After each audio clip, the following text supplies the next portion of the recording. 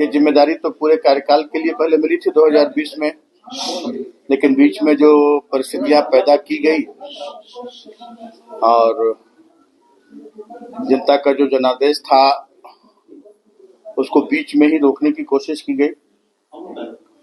हमारे माननीय पूर्व मुख्यमंत्री जी को बेबुनियाद आरोप उनके ऊपर लगाकर और सरकार को अस्थिर करने की नियत से उन्हें जेल की सलाखों के पीछे डाल दिया गया। और जो मंशा थी, मैं कहूंगा कि विपक्ष की जो मंशा थी कि पिछले दरवाजे से सत्ता हथियाने की, वो मंशा उनकी पूरी नहीं हो पाई। सारे हमारे गठबंधन के माननीय विधायकगण और पूरे राज्य की जनता साथ खड़ी रही। हम लोग एकजुट रहे और हमने नया अपना नेता चुना।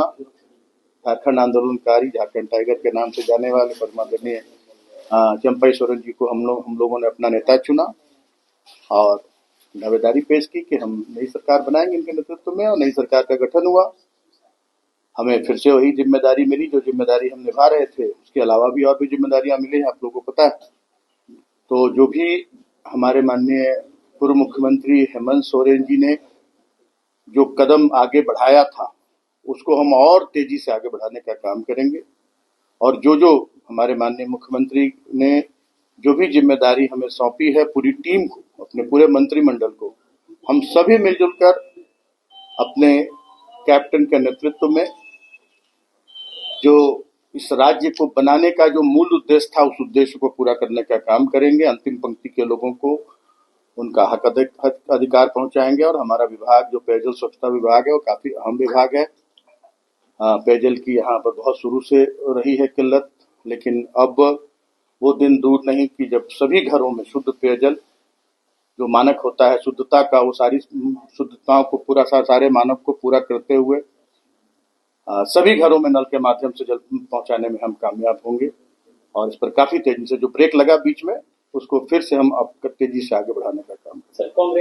देश के विकास से, राज्य के विकास से, गरीबों को की गरीबी दूर करने को लेकर उनका एक सूत्री कार्यक्रम होता है सत्ता हथियाना, और वो लगातार रट लगाए हुए हैं। अब की बार 400 पार। तो अगर खुद से उनको अपना सारा मत खुद से ही देना है, या ईवीएम पर इतना भरोसा है उन्हें, क्योंकि जनता तो कहीं नहीं कह रही है कि 400 पार 300 पार, कहीं नहीं कह रही। जनता तो मौन साधे हुए।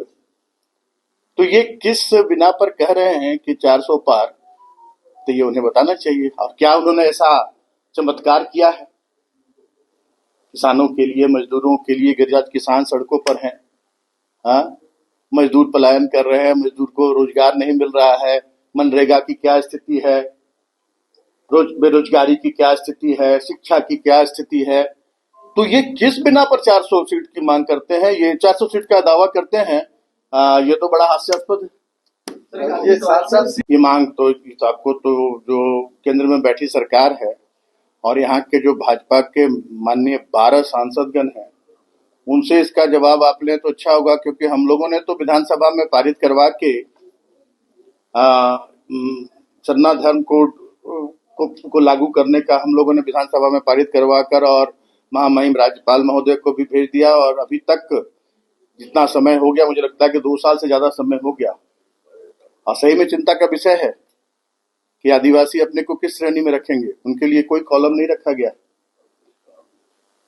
राज्य सरकार तो जरूर उस पर विचार करेगी, लेकिन ये जिम्मेदारी बनती है केंद्र सरकार की। और केंद्र सरकार को शीघ्र आदिवासी सरना धर्म को लागू करना चाहिए, ताकि आदिवासियों की पहचान बनी रहे, उनकी अस्मिता बनी रहे।